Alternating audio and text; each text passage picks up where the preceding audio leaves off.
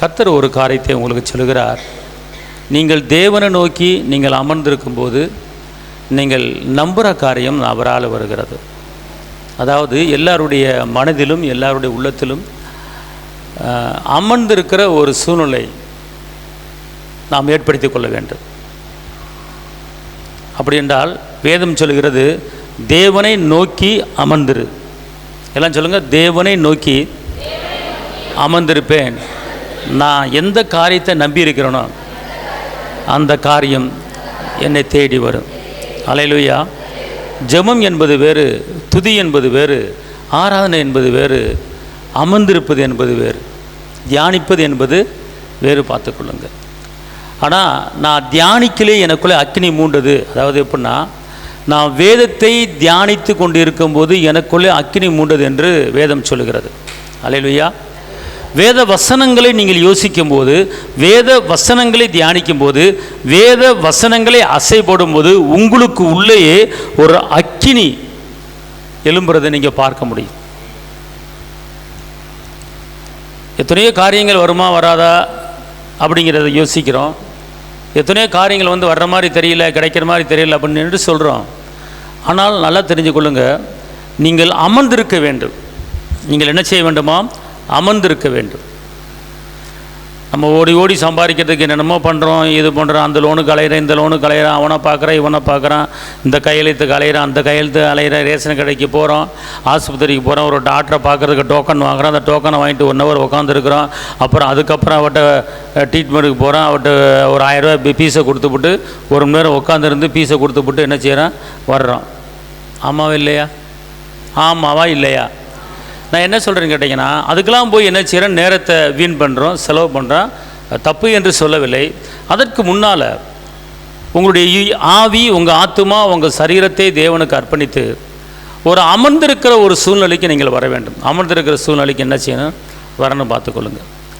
அமர்ந்திராமல் ஒரு காரியத்தை சாதிக்க முடியாது. இப்போது ஒரு காரியத்தை நீங்கள் ஏசப்பாட்ட கேட்குறீங்கன்னு அப்படின்னு வச்சுக்கொள்ளுங்க. இப்போ ஒரு பொண்ணு இருக்குது, ஒரு பொண்ணு கற்பத்துக்கணிக்காக ஜெபிக்குது. கற்பதுக்கான ஜெபிச்சுட்டு என்ன செஞ்சு விட்டுருது. அப்போ ஜெபிச்ச அந்த காரியத்தை சத்தமில்லாமல் அமைதியாக அமர்ந்திருந்து அதை குறித்து மெடிடேட் பண்ண வேண்டும், அல்லது அதை குறித்து யோசிக்க வேண்டும், அல்லது அதை குறித்து நினைக்க வேண்டும். அதை ஒரு கற்பனை கதையாக முன்னால் கொண்டு வர வேண்டும். அப்படி என்றால் ஒரு குழந்தைக்காக ஒரு பிள்ளை ஜெபிக்குன்னு வச்சுக்கொள்ளுங்க. அப்போ ஒரு காரியத்தை நீங்கள் பெற்றுக்கொள்வதற்கு முதல்ல என்ன செய்யணும்? ஒரு காரியத்தை நீங்கள் விரும்பணும். ஒரு காரியத்தை என்ன செய்யணும்? விரும்பணும். ஸ்திரீயே, நீ விரும்புகிறபடி உனக்கு கடவுள் அப்படிங்கிறார். விரும்பிட்டு ஜெபிக்கிறீங்க. ஜெபிச்சுட்டு ஒரு குறைந்தது ஒரு 1/2 மணி நேரம் ஒரு தனிமையான ஒரு இடத்தை தேர்ந்தெடுக்க வேண்டும். ஒரு தனிமையான ஒரு இடத்தை தேர்ந்தெடுக்க வேண்டும். எந்த ஒரு வெளி சத்தமும் நம்முடைய காதில் கேட்காத அளவுக்கு, நம்முடைய வீட்டில் இருக்கிற நபர்கள் சத்தம் காதில் கேட்காத அளவுக்கு, வெளியே இருக்கிற சத்தம் காதில் கேட்காத அளவுக்கு நீங்கள் அப்படியே தேவ சமூகத்தில் உட்கார்ந்து அமைதியாக காத்திருக்க வேண்டும். எப்படி காத்திருக்க வேண்டும் என்று கேட்டால், கண்களை மூடி காத்திருக்க வேண்டும். நீங்கள் கேட்ட காரியத்தை, எந்த காரியத்தை நீங்கள் ஏசப்பாட்ட கேட்டீங்களோ அந்த காரியத்தை என்ன செய்யணும்? அமைதியாக காத்திருந்து கண்களை மூடிக்கொண்டு அதை குறித்து நீங்கள் என்ன செய்ய வேண்டும்? தியானம் பண்ண வேண்டும். எப்படி தியானம் பண்ண வேண்டும் என்று கேட்டால், எப்படி அன்னாளமா குழந்தை பெற்றார்கள், அவர்கள் என்ன செய்தார்கள், எந்த காரியத்தை பேசினார்கள், எதை யோசித்தார்கள் என்பதை நீங்கள் சிந்திக்கணும். இப்போ அன்னாளம்மா ஜெபத்தில் என்ன கேட்டாங்க? எனக்கு ஒரு ஆண் பிள்ளையை கொடுத்தா அவன் தலையில் சவரகத்தி படுற வரைக்கும் நான் ஆலயத்தில் விட்டுறேன்னு சொல்லி கேட்டாங்க. அது அவங்களுடைய அழைப்பு, அது அவங்களுடைய ஒரு தீர்மானம், அவங்களுடைய ஒரு கிருபை. ஏன்னா அந்த பொருத்தனை பண்ணனால தான் சாமுவேல் தீர்க்கதரிசி என்ன செஞ்சார்? எழும்பினார். அதனால் அவர்களுக்கு கொடுக்கப்பட்ட அழைப்பு. அதுக்காண்டி அவங்க அப்படி செஞ்சாங்க அப்படின்னு எல்லாரும் செய்ய வேண்டிய அவசியம் கிடையாது. நீங்கள் வேறு பொருத்தனை பண்ணிக்கொள்ளலாம். வேறு நான் ஏசப்பாக்கு அதை செய்கிறேன், இதை செய்கிறேன், டெய்லி 3 ஹவர் ஆராதிக்கிறேன், இப்படி ஏதாவது ஒரு காரியத்தை நீங்கள் பொருத்தனை பண்ணிக்கொள்ளலாம். ஆனால் அதில் என்ன அப்படின்னு கேட்டிங்கன்னா, அன்னாலமா எத்தனை மணி நேரம் உட்கார்ந்திருந்தார்கள் என்று வேதம் சொல்லவில்லை. அவர்கள் வெகு நேரம் ஜெபித்தார்கள், வெகு நேரம் அமைதியாக ஜெபித்தார்கள் கேட்டால் எத்தனை பேர் சத்தமாக ஜெபிச்சிருக்காங்க. ஆனால் அன்னாலமா ஜெபம் எப்படின்னு கேட்டிங்கன்னா சவுண்டே கிடையாது. அவர்கள் உதடு மட்டும் அசைந்தது. எப்படி? உதடு மட்டும் என்ன செஞ்சிச்சு? அசைந்தது. ஆனால் உதடு மட்டும் அசைந்தது மாத்திரம் அல்லாமல் அவர்கள் எண்ணத்திலே, அவர்கள் நினைவிலே, சிந்தனையிலே தன் வீட்டை பற்றி நினைக்கல, கணவனை பற்றி நினைக்கல, சொந்தக்காரங்களை பற்றி நினைக்கல. அந்த குழந்தையை பெற்றெடுக்க வேண்டும், அந்த குழந்தையை ஆனால் எப்படியே பெற்றெடுத்து இயேசுக்காக தான் செய்யணும் அப்படிங்கிற அதில் வந்து ஒரு கவனம் வச்சுருந்தாங்க. எப்படி என்று கேட்டால் அவர்கள் எப்படி யோசித்திருப்பார்கள் என்று தெரியாது. ஆனால் அவர்கள் வந்து ஒரு போதக்காரன் எப்படி இருப்பானோ அந்த மாதிரி இருந்தாங்க. எப்படி ஒரு போதக்காரனுக்கு நீங்கள் போய் அவன் கீழே விழுந்து சாக்கடையில் விழுந்து கிடப்பான். அவன் போதை தெளிஞ்சவொன்னு அவன்கிட்ட கேட்பான், ஏன்டா இப்படி தண்ணி அடித்து சாக்கடையில் விழுந்து கிடக்கிற அப்படின்னு கேட்டால், நான் எப்படிங்க சாக்கடையில் விழுவேன், நானும் அப்படிலாம் விழ மாட்டேன் அப்படின்னு சொல்லுவான். நீ விழுந்தா அப்படின்னு சொன்னால், அப்படியா எனக்கு தெரியாத, நீ விழுந்தது தெரியாது அப்படின்னுவான். அப்படின்னா என்ன அர்த்தம்னு கேட்டால், அவன் போதையில் அவன் விழுந்தது அவனுக்கு தெரியாது, தன் சிந்தையில் அது தெரியல. அப்போ அதே போல் தான் நம்ம வந்து தேவ பிரசன்னத்தில் போதையாகணும். எதில்?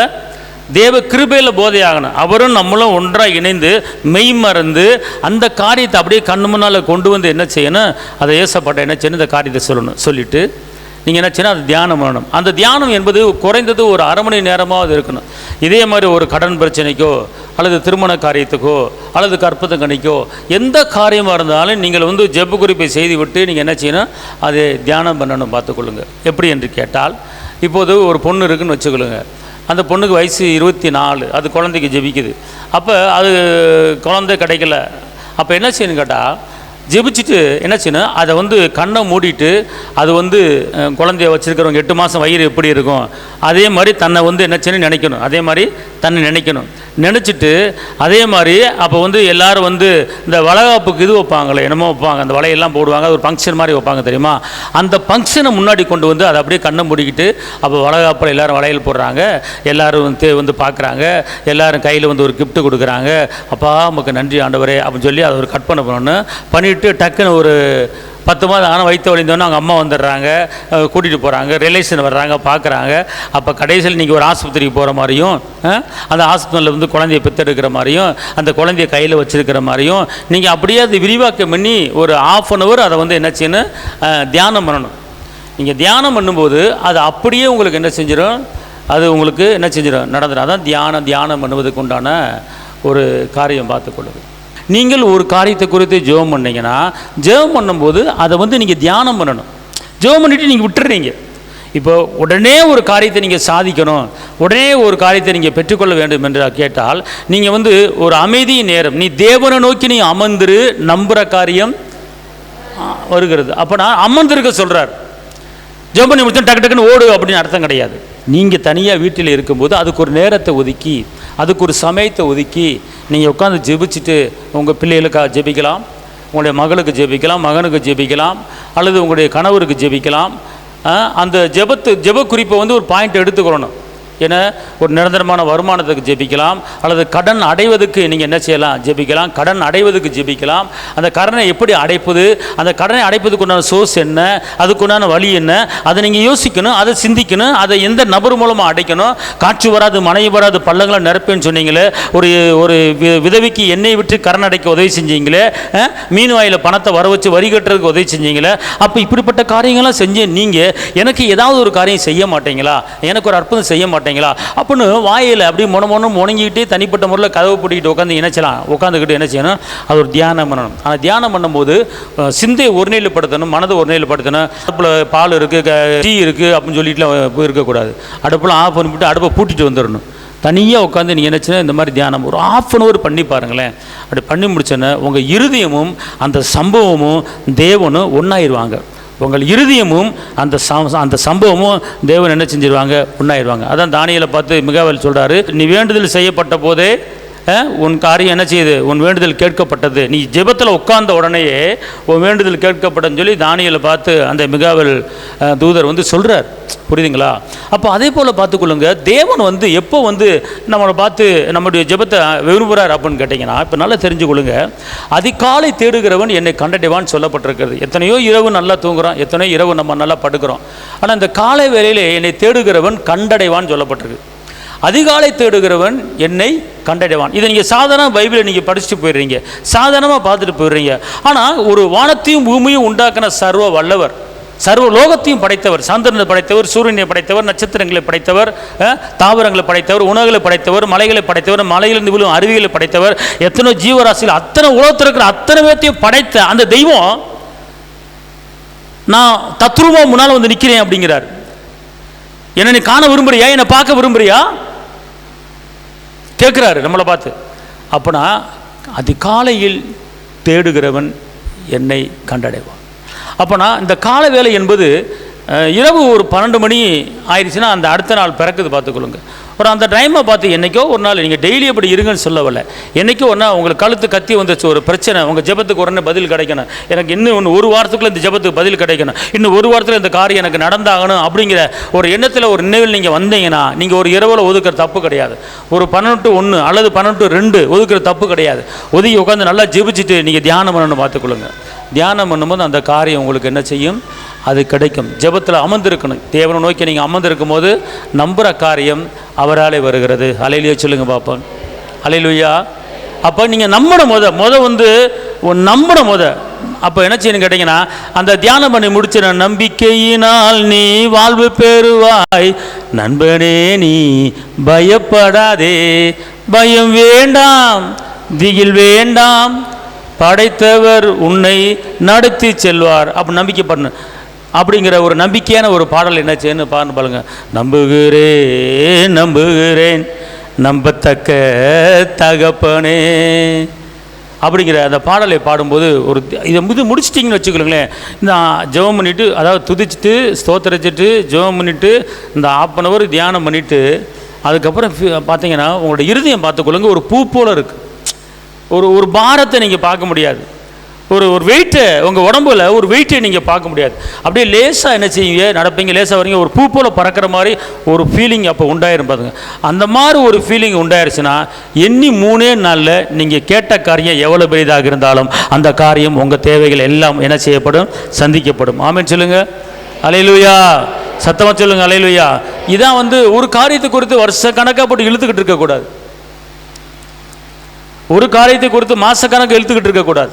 யோபுடைய பிரச்சனைகள் மொத்தம் 6 மாதம் தான் என்று சொல்லப்பட்டிருக்கிறது. அப்படி என்றால் நல்லா தெரிஞ்சுக்கொள்ளுங்க, சகரியால் சொல்லப்பட்டிருக்கிறது, ரெட்டிப்பான நன்மையை தருவேன், இன்றைக்கே தருவேன். ஆமென் சொல்லுங்க.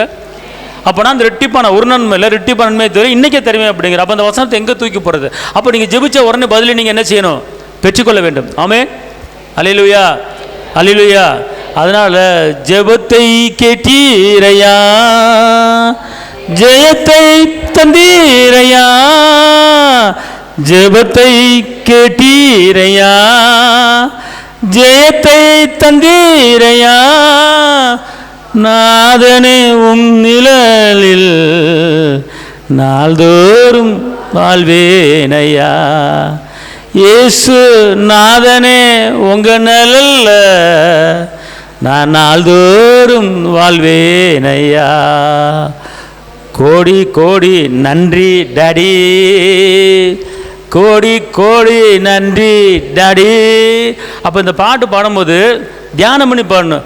கோடி கோடி நன்றி டாடி, கோடி கோடி நன்றி டாடி, நன்றி பலி. இப்போ நன்றி பலி, நன்றி பலி நல்லவரே. அப்போனா இது தியானத்துக்கு செட் ஆகாது, ஆராதனைக்கு செட் ஆகும். அப்போ என்ன செய்யணும், கோடி கோடி நன்றி டாடி, கோடி கோடி நன்றி டாடி, நன்றி பலி, நன்றி பலி நல்லவரே உங்களுக்கு தான் அப்படின்னு சொல்லி இப்படி கண்ணை மூடிட்டு இப்படி பாடும்போது ஏசப்பா உங்கள் முன்னால் நிற்கணும். ஏசப்பா முன்னால் நிற்கணும். அவரை நிற்க வச்சுட்டு நன்றி பலி ஏறெடுக்கணும். அல்லேலூயா.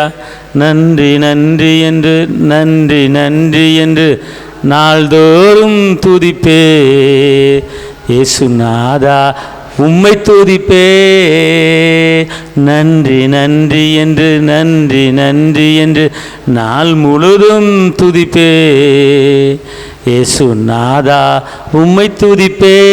உம்மை துதிப்பேன் கையை நிட்டுன்னு கைக்கு முன்னால் ஏசப்பா நிற்கணும். உம்மை துதிப்பே நல்லவரே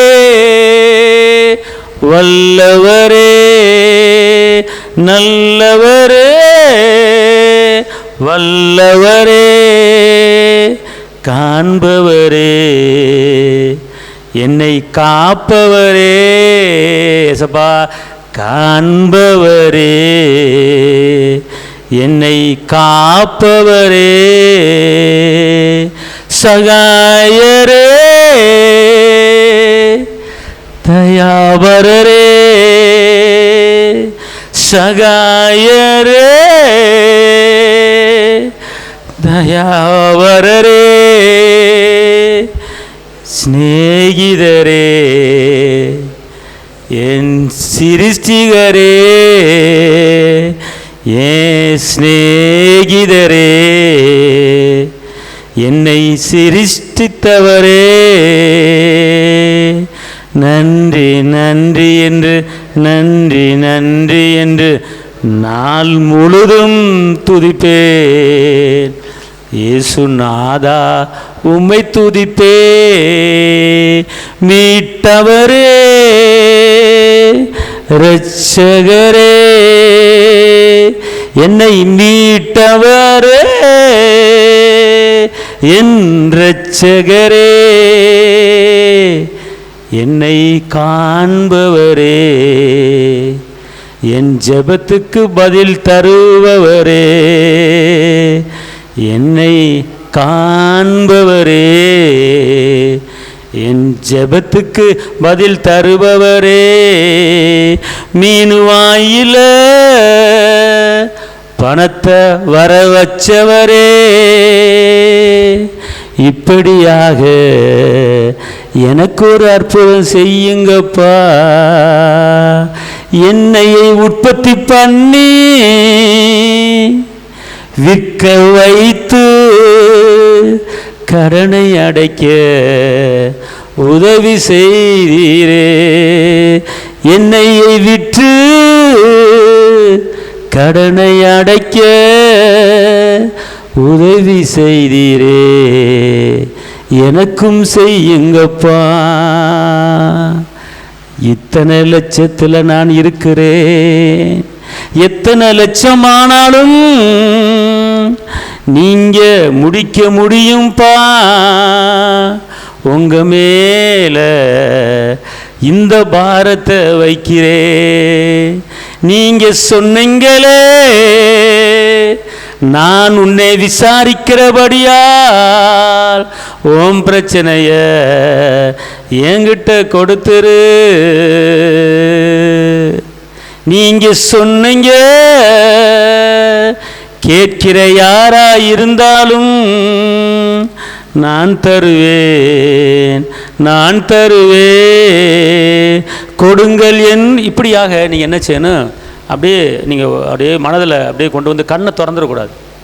கண்ணை திறந்து அந்த அந்த காரியங்கள் கண்ணு முன்னால் வந்து இப்படியாக நீங்கள் என்ன செய்யணும், கேட்கணும். இதுக்கெலாம் வந்து ஒரு மைண்டை ரிலாக்ஸ் பண்ணணும். ரிலாக்ஸ் பண்ணி ஒரு அமைதிய நேரத்துக்கு நீங்கள் என்ன செஞ்சுன்னு வந்து அங்கே அந்த வேலை இருக்குது, இந்த வேலை இருக்குது, அங்கே போகணும், இங்கே போகணும், அவனை பார்க்கணும், இவனை பார்க்கணும் அப்படிங்கிற ஒரு டென்ஷன் பார்ட்டியாக இருக்கக்கூடாது. ஃப்ரீயாக இருக்கணும், மைண்டை மேனேஜ்னு ஃப்ரீயாக இருக்கணும்.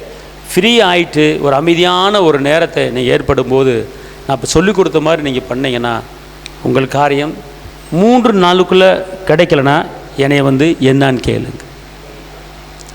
நீங்கள் நினைக்கலாம், கேட்குறதுக்கு நல்லா இருக்குது, கேட்குறதுக்கு நல்லா இருக்குது, எனக்கு நேரம் கிடைக்கணுமே. காலைல எந்திரிச்சு டீயை போட்டு காப்பியை போட்டு பிள்ளைகளை ஸ்கூலுக்கு அனுப்பிட்டு அதுக்கப்புறம் 9 மணிக்கு நான் வேலைக்கு போயிட்டு அதுக்கப்புறம் மத்தியானம் 1 ஹவரில் சாப்பாடு டயத்தில் பேசிட்டு அதுக்கப்புறம் சாயங்காலம் வந்து டீயை போட்டு அப்புறம் நைட்டு டிஃபனுக்கு சப்பாத்தியை போட்டு தோசையை போட்டு அதுக்கு சட்னி ஆட்டி அதுக்கு ஏதாவது ஒன்று கொடுத்து அது முடிக்கிறதுக்கு மணி 9 ஆகி போயிடுது.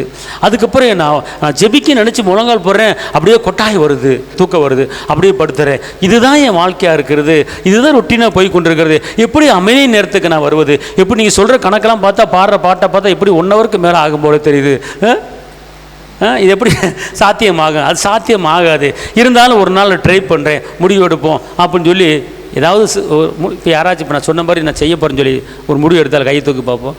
ஆண்டவர் உங்களை ஆசீர்வதிப்பார். செஞ்சு பாருங்கள். நடக்கலை அப்படின்னு நீங்கள் நினைச்சலாம், என்னைய கேட்கலாம். ஆமென் சொல்லுங்கள்.